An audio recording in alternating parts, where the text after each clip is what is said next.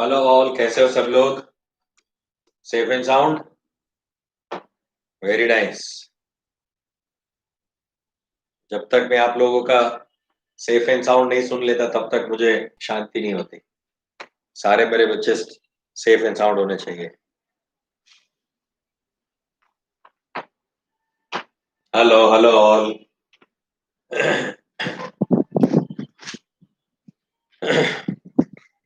चलिए, काफी लोग आ गए हैं अभी।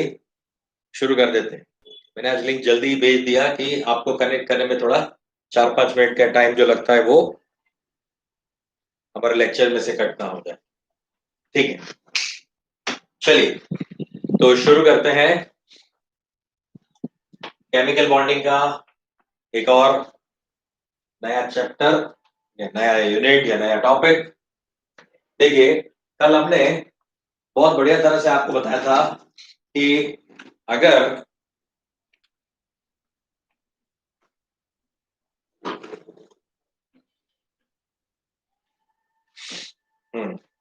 इट्स ओके, अगर हम ओवरलैपिंग करते हैं तो ओवरलैपिंग मैंने आपको दो तरह से बताया था। एक ओवरलैपिंग में मैंने आपको सिखाया था कि अगर हेड ऑन ओवरलैपिंग होती है, हेड ऑन का मतलब है हेड टू हेड या एंड टू एंड।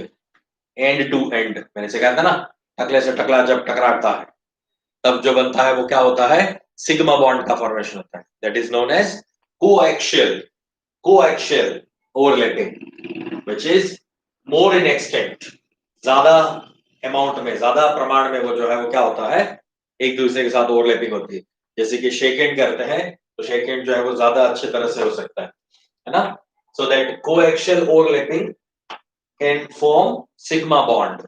इससे जो बॉन्ड बनता है वो होता है सिग्मा बॉन्ड। वो क्या होता है, स्ट्रांग होता है। ठीक है। और दूसरा होता है कोलेटरल ओवरलैपिंग। इस तरह से कोलेटरल ओवरलैपिंग जो क्या होता है, वीक होता है, और इसको बोला जाता है पाई बॉन्ड। इसको पाई बॉन्ड, पाई बॉन्ड बोला जाए। तो नेचर ऑफ ओवरलैपिंग आज का टॉपिक है। नेचर ऑफ ओवरलैपिंग में दो तरह के नेचर हो सकते हैं। कोएक्सियल ओवरलैपिंग हो सकती है या फिर कोलेटरल ओवरलैपिंग हो सकती है, या साइड वाइज ओवरलैपिंग भी बोलते हैं इसको। कोलेटरल को साइड वाइज भी बोलते हैं। ओके। तो अगर ये ए टाइप को चेक किया जाए, ए टाइप जो है उसमें कौन कौन से टाइप के हम और ओवरलैपिंग दिखा सकते हैं वो मैंने यहां पे बताया है। राइट। सो कोएक्सियल ओवरलैपिंग में ए टाइप में S S overlapping, S P overlapping, PP overlapping, ये तीन टाइप की मैंने ओवरलैपिंग्स यहां पे आपको दिखाई है, जिसमें हम सामने सामने से एक दूसरे के साथ जुड़ सकते हैं, है ना। Okay. Now S S overlapping जो है, इसमें क्या होता है, हमारा जो एस ऑर्बिटल है वो एक और एस ऑर्बिटल के साथ ओवरलैप करता है। मान लो ये दोनों हाइड्रोजन हाइड्रोजन एटम है, ये भी हाइड्रोजन एटम है, ये भी हाइड्रोजन एटम है, 1s ऑर्बिटल है। तो इनकी 1s ऑर्बिटल का अगर ओवरलैपिंग होगा तो ये क्या बनाएगा यहाँ पे, H सिंगल बॉन्ड H, जो कि ये क्या है, एक सिग्मा बॉन्ड है। यानी ये वाला जो है ये क्या है, सिग्मा बॉन्ड है। ठीक है, ये तो आप जानते हो, आपने सिग्मा और पाई बॉन्ड कैलकुलेट करने के तरीके भी देख लिए हैं। ओके। तो ये जो सिग्मा बॉन्ड यहाँ पे बन रहा है, उस सिग्मा बॉन्ड को ओवरलैपिंग की वजह से बनता हुआ दिखाई देता है। ये एक्चुअल पिक्चर है जो कल मैंने आपको वो कलरफुल डायग्राम से भी आपको दिखाया था, किस तरह का ये ओवरलैपिंग होता है, मर्ज हो जाता है इसके अंदर। सेकेंड, एसपी ओवरलैपिंग, एस और पी ऑर्बिटल के बीच में ओवरलैपिंग है। ये हमारी पीजेड ऑर्बिटल है, ये 2p-z है, ये 1s है। लेट सपोज ये ऑर्बिटल है, हाइड्रोजन की ऑर्बिटल है, और ये ऑर्बिटल है लेट सपोज फ्लोरीन एटम की ऑर्बिटल है, फ्लोरीन एटम की ऑर्बिटल है। तो ये क्या बन जाएगा यहाँ पे, हाइड्रोजन एंड फ्लोराइड। तो ये जो बॉन्ड बन रहा है वो कौन सा बनेगा, सिग्मा बॉन्ड बनेगा। चलो एक बहुत ही ब्यूटीफुल सी चीज बताता हूँ, सुनना, बहुत ही मस्त चीज बताता हूँ। ये फ्लोरीन जो है ना, उसकी ये 2p-z ऑर्बिटल है। अब वो मुझे पता कैसे चला, तो मैं हाइड्रोजन का इलेक्ट्रॉनिक कॉन्फ़िगरेशन लिखता हूं। हाइड्रोजन का इलेक्ट्रॉनिक कॉन्फ़िगरेशन क्या हो जाएगा, 1s1। पता है ना, हाइड्रोजन का इलेक्ट्रॉनिक कॉन्फ़िगरेशन होता है 1s1। ठीक है। फ्लोरीन का इलेक्ट्रॉनिक कॉन्फ़िगरेशन क्या होता है, फ्लोरीन एटॉमिक नंबर 9 है, तो उसके आउटर मोस्ट ऑर्बिटल में क्या होगा? अच्छा, इसका इलेक्ट्रॉनिक कॉन्फ़िगरेशन होता है 1s2 2s2 2p5, 1 2 3 4 और 5। तो ये आपकी है 2p ऑर्बिटल्स है। इसके आगे वाली ऑर्बिटल्स मैंने नहीं लिखी है, ये मैं आउटर मोस्ट ऑर्बिटल का इलेक्ट्रॉनिक कॉन्फ़िगरेशन लिख रहा हूं। हाइड्रोजन का क्या होता है? 1s1 1s1। फ्लोरीन का क्या होता है? 1s2 2s2 2p5। पता है ना? 1s2 2s2 2p5, 2 4 और 5 9। फ्लोरीन का एटॉमिक नंबर होता है 9। तो हमने सिर्फ ये आउटर मोस्ट इलेक्ट्रॉनिक कॉन्फ़िगरेशन लिखा है। अब इसमें देखो ब्यूटीफुल चीज, इसके पास एक इलेक्ट्रॉन क्या है? यहाँ पे एक इलेक्ट्रॉन आपको दिख रहा है अनपेयर्ड, एक इलेक्ट्रॉन यहाँ पे अनपेयर्ड है, और ये जो हाइड्रोजन है उसके पास भी अनपेयर्ड इलेक्ट्रॉन्स हैं। तो इन दोनों अनपेयर्ड इलेक्ट्रॉन का क्या होने वाला है? ओवरलैपिंग होने वाला है। ओके, पहली बात, कल मैंने बीबीटी में आपको 5 अलग अलग पॉइंट्स लिखवाए थे, मैंने फर्स्ट पॉइंट लिखवाया था। फर्स्ट पॉइंट चेक करो क्या था? दोनों एलिमेंट्स के पास देखो, यहां भी वही कहानी है, यहां भी ये 1s ऑर्बिटल ही है, ठीक है? यहां भी ये 1s ऑर्बिटल, दोनों का मैं स्पिन उल्टा दिखाता हूं। चलो, इसका स्पिन ऐसे दिखाया मैंने, तो इस वाले का स्पिन में उल्टा दिखा देता हूं, कोई दिक्कत तो नहीं है ना? किसी भी तरह से दिखा सकते हो। ये प्लस हाफ, ये माइनस हाफ, इन दोनों का स्पिन भी अपोजिट है, तो क्या होना चाहिए? फर्स्ट पॉइंट क्या था? दोनों के पास एक एक अनपेयर्ड इलेक्ट्रॉन होना चाहिए, चलो है। दोनों का स्पिन उल्टा होना चाहिए, चलो है। अगर सेम दिखाओगे तो एक तो उल्टा हो जाएगा बाद में, ये उल्टा वाला जो है वही एक दूसरे के साथ कंबाइंड होकर क्या बनाएगा? बॉन्ड बनाएगा। यहाँ भी वही हुआ, देखो ये सीधा है तो इसको उल्टा दिखा दिया हमने, दिखा तो सकते हो ऑन पेपर। ये दोनों ही जुड़ेंगे, अगर सीधा होगा तो नहीं जुड़ेगा, जितने उल्टा होंगे उतने ही जुड़ जाएंगे। तो ये उल्टा वाला है वो जुड़ गया। अब इनकी जो न्यूक्लियस है, ये दोनों न्यूक्लियस है और ये ऑर्बिटल्स है, तो वो क्या हो जाएगी? एक दूसरे में मर्ज हो जाएगी। तो यहाँ पे क्या बन गया? ये HF का बॉन्ड बन गया, ये HH बॉन्ड बन गया, और इसका एक इलेक्ट्रॉन और इसका एक इलेक्ट्रॉन मिलके यहाँ पे 2 इलेक्ट्रॉन, फ्लोरीन के भी एक एक इलेक्ट्रॉन अनपेयर्ड जो है वो हमने जोड़ दिए। ठीक है, ये क्लियर हो रहा है बच्चे? चलो, इन दोनों का हमने जोड़ दिया। Now let us talk about PP overlapping. ये H2 मॉलिक्यूल है, ये आपका HF मॉलिक्यूल है, हाइड्रोफ्लोरिक एसिड ऐसे बनता है। अच्छा, इसको मैं ऐसे दिखा रहा हूं, चलो ये फ्लोरीन का और ये भी फ्लोरीन का PZ ऑर्बिटल है। PZ बोले तो जो इंटर न्यूक्लियर एक्सिस है, ये जो लाइन दिख रही है ना, ये लाइन जो बना रहा हूं ना मैं, ये हमेशा हॉरिजेंटल ही रहेगी, हॉरिजेंटल ही रहेगी, उसको बोला जाएगा जेड एक्सिस। बाय डिफॉल्ट सब लोगों ने पूरी दुनिया में इस लाइन को, ये जो हॉरिजेंटल लाइन है उसको जेड एक्सिस मान लिया है, मान लिया है, राइट? उसको बोला जाता है इंटर न्यूक्लियर एक्सिस, यानी दोनों न्यूक्लियस का जहां पे इंटरेक्शन होता है, दोनों न्यूक्लियस के बीच का जो एक्सिस है उसको बोलते हैं इंटर न्यूक्लियर एक्सिस। इसका नाम दे देता हूं मैं, ये सारी एक्सिस जो है वो इंटर न्यूक्लियर है। हाँ, यहां से शुरू करके सारे, मैं इसका नाम दे देता हूं इंटर न्यूक्लियर एक्सिस, इसको बोलते हैं इंटर न्यूक्लियर एक्सिस। ये भी आपकी क्या है? इंटर न्यूक्लियर एक्सिस है, राइट? ये इंटर न्यूक्लियर एक्सिस है, इंटर न्यूक्लियर एक्सिस। ओके, ये इंटर न्यूक्लियर एक्सिस है सब में। किसी भी ऑर्बिटल को ड्रॉ करोगे ना, तो हमेशा यही दिमाग में रखना है कि जो आड़ा लाइन जो है, यानी हॉरिजॉन्टल लाइन जो है वो क्या है? जेड एक्सिस है। कौन सा है? जेड, बाय डिफॉल्ट ये ऐसे दिमाग में बिठा देना है, जेड एक्सिस है।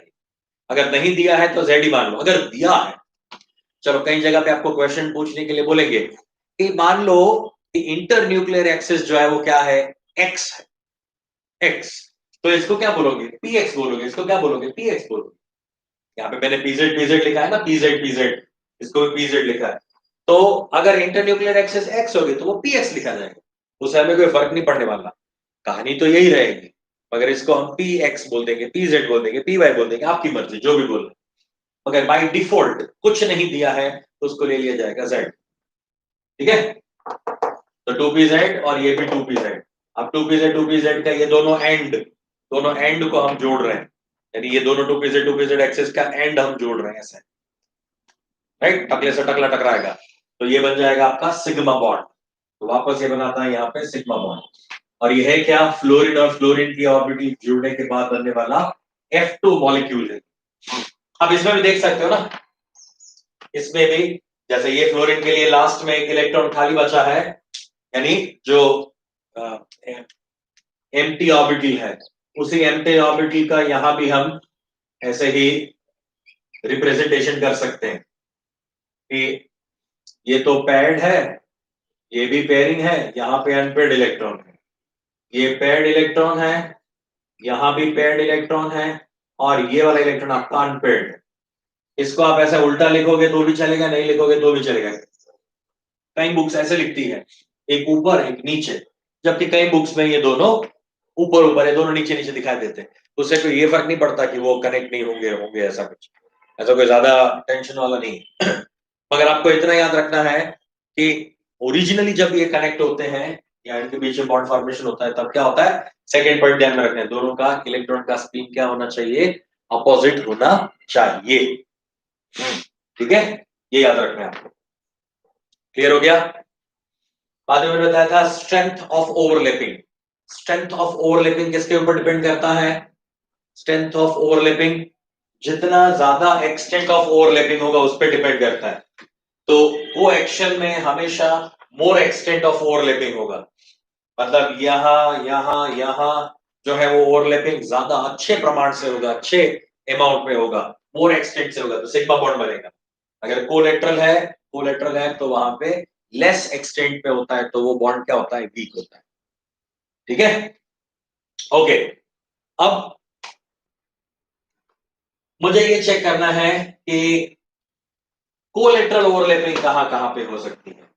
कोलेटरल मतलब एक दूसरे के साइड वाइज ओवरलैपिंग कहां कहां हो सकती है। ये ए टाइप था, अब मैं बी टाइप बताने जा रहा हूं, है ना, बी टाइप बताने जा रहा हूं। तो यहां पे मैं बी टाइप लिख देता हूं।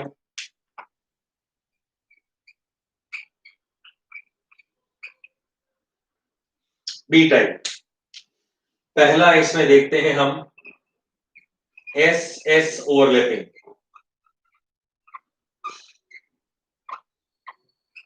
एस एस ओवरलैपिंग, एस और एस ओवरलैपिंग बता रहा हूं मैं। अच्छा, अब पहले मुझे आप एक आंसर बताओ, क्या एस और एस ऑर्बिटल का कोलेटरल ओवरलैपिंग कर सकता हूं मैं या नहीं। मेरा पहला ही क्वेश्चन है कि क्या एस और एस ऑर्बिटल का कोलेटरल ओवरलैपिंग पॉसिबल है क्या। एस और एस ऑर्बिटल का कोलेटरल ओवरलैपिंग पॉसिबल है क्या साइड वाइज, बताओ आंसर।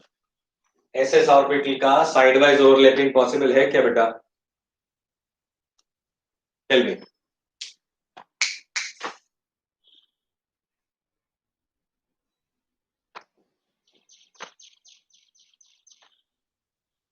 साक्षी का आंसर आ गया है नो। ओके, और कोई,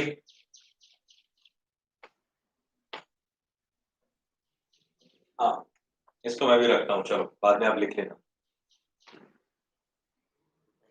S S Jadhav no, Shailesh no, Savita yes, अच्छा, ऋतुजा नो, अर्पिता नो, वो नहीं no, Sandhya no, Yashraj yes, Tejas no, अच्छा, Arpita no, Samruddhi no, Vedanti Wagh no, अच्छा, और कोई। चलो बाकी लोग आंसर देते जाओ, मुझे पता चले कितने लोगों को ये समझ में आया है। तेजस्विनी नो, समृद्धि नो, और खुशी नो, बहुत बड़ा नो नो। यशराज आपका यस आ गया आगे, मे बी, अच्छा ठीक है। समीक्षा आप थोड़ा, आपका कॉन्फिडेंस हिलने लगा है, यस मे बी लिख दिया। Harsh no, Ayusha no, okay, Kalpesh no. अच्छा अच्छा। Sneha yes, Vedant no, Amay no, Piyush no, Ayush no, Vaishnavi no. अच्छा अच्छा, ये वैष्णवी पश्चिमे, पश्चिमे यस। अच्छा, Chaitali no. Sphere has no sides, very good मेरे बच्चे, सही है, सही है कल्पेश, सही पकड़ा है तू, correct. So no is the correct answer, no is the correct answer. You should remember the basic shape of s orbital. s orbital is sphere. बहुत कल्पेश से मस्त तरह से एक्सप्लेन किया। स्फीयर होता है बच्चे, स्फीयर का कोई साइड नहीं होता, यानी स्फीयर को साइड वाइज ओवरलैप नहीं कर सकते। अब किसी भी गोले को ले लो किसी भी गोले को ले लो, वो गोला आप यहां पे जोड़ोगे तब भी टकले से टकला टकराएगा, ऐसे करोगे तो भी वही होगा, ऐसे करोगे तो भी वही होगा, ऐसे करूंगा तो भी वही होगा। कभी भी एस ऑर्बिटल स्फेरिकल होने की वजह से साइड वाइज ओवरलैप होता ही नहीं है। साइड वाइज ओवरलैप तो कौन सी चीज होती है, जिसका कोई एक्स वाई जेड एक्सिस हो, जिसका कोई डायरेक्शन हो। कहीं पे भी किसी भी फुटबॉल को आप ग्राउंड में रख दोगे तो क्या बोल सकते हो कि ये फुटबॉल ईस्ट वेस्ट डायरेक्शन में पड़ा है, नॉर्थ साउथ है, अप डाउन है, ऐसा कुछ बोल सकते हो क्या? Never.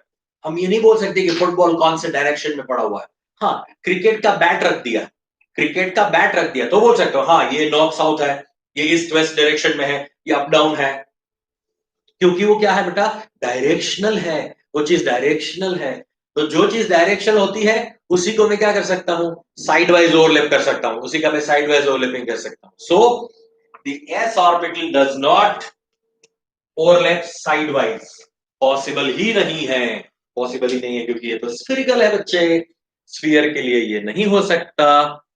Understood, very nice, okay. चलो आगे बढ़े। जैसे मैंने बी टाइप, अरे सॉरी, ए टाइप में जैसे एसएस बताया था, एसपी बताया था, पीपी बताया था, इसी तरह से मैं अब बी टाइप में भी एसएस बताया, अब उसमें भी मैं एसपी लेने जा रहा हूं। हाँ, एसपी लेने जा रहा हूं, इसको मिटा देते हैं। मैं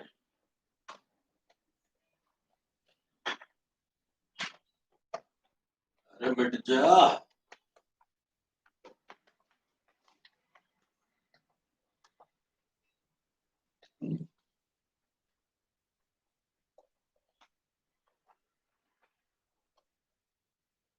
मुझे दिन में 4 बार खाना खाना पड़ता है, जितने लेक्चर उतने बार खाना पड़ता है, क्योंकि ये बोर्ड साफ कर करके ही मेरा पूरा खाना जो है वो हजम हो जाता है।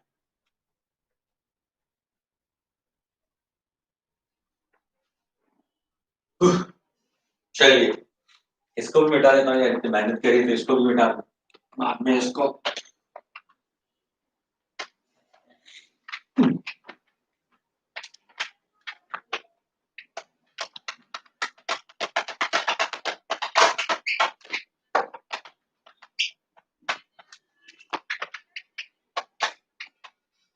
Yes, okay. नंबर 2 सुनना बराबर से, मस्त है ये। एस और पी, जैसे यहाँ पे सेकंड एस पी लिखा था, उसी तरह से एस और पी लिख रहा हूं। अब समझ रहा, मैं एस और पी लिखने से पहले एक बार यहाँ पे आपको पी और पी का साइड वाइज बता देता हूं, क्योंकि वो थोड़ा आपके लिए समझना इजी हो जाएगा। पी और पी, ठीक है, एस एस था, एस पी था, ये पी और पी है, और यहाँ पे 2 लिख दिया था, 3 करना है। ये पी और पी ऑर्बिटल का दिखा रहा हूं, ये आपका बॉन्ड एक्सिस, ये आपके पी ऑर्बिटल, ये जेड एक्सिस है, प्लस ये जेड एक्सिस, उसके परपेंडिकुलर हमारी पी ऑर्बिटल, ये पी ऑर्बिटल हो सकती है पी एक्स हो सकती है 2px, ये हो सकती है 2px, और ये हो सकती है 2py। मैं ऐसा फिक्स्ड नहीं बोल सकता कि ये z के परपेंडिकुलर जो है वो x ऑर्बिटल ही है या y ऑर्बिटल ही है, कुछ भी हो सकता है, क्योंकि z के परपेंडिकुलर तो 2 ऑर्बिटल्स होती है, z के परपेंडिकुलर x भी हो सकती है, y भी हो सकती है। So it doesn't make any difference whether you are same this is px py और px py, ये z है, बस उतना पक्का है। ये जो वर्टिकल है वो, सॉरी हॉरिजॉन्टल जो है वो z है, वर्टिकल को कुछ भी हो सकता है। Is it okay? चलिए अब इसमें ओवरलैपिंग करते हैं। अब इन दोनों को साइड से लेके आते हैं और इसका ओवरलैपिंग दिखाते हैं। देखो, तो इनका ओवरलैपिंग कुछ इस तरह से होगा। ये दोनों ऑर्बिटल्स आ गई और उनका मैंने ओवरलैपिंग दिखाया। ये बनता है पाई बॉन्ड, ये बन गया यहाँ पे पाई बॉन्ड। कई बार इसको ऐसे भी लिखा जाता है बेटा, इसको इन दोनों लोब्स को एक दूसरे के साथ मर्ज कर दिया जाता है और इसको ऐसे दिखाया जाता है,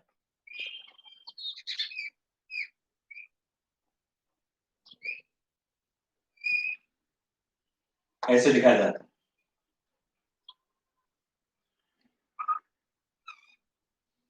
ये पाई बॉन्ड है आपका। कल देखा था ना, याद आया ना? कल कल मैंने बोला था ना, कल वो पाई बॉन्ड दिखाया था ना मैंने, ऐसे कर्व वाला होता है, ऐसे कर्व बनता है ना? इस तरह से ये कर्व दिखाने की कोशिश की है मैंने ना। तो ये ऊपर और नीचे से एक दूसरे के साथ मर्ज हो रहा है, ये एक्सिस पर नहीं है, ये कोलेटरल है। तो इस तरह का जो ओवरलैपिंग उससे बनता है पाई बॉन्ड, ये pi bond. Is it okay?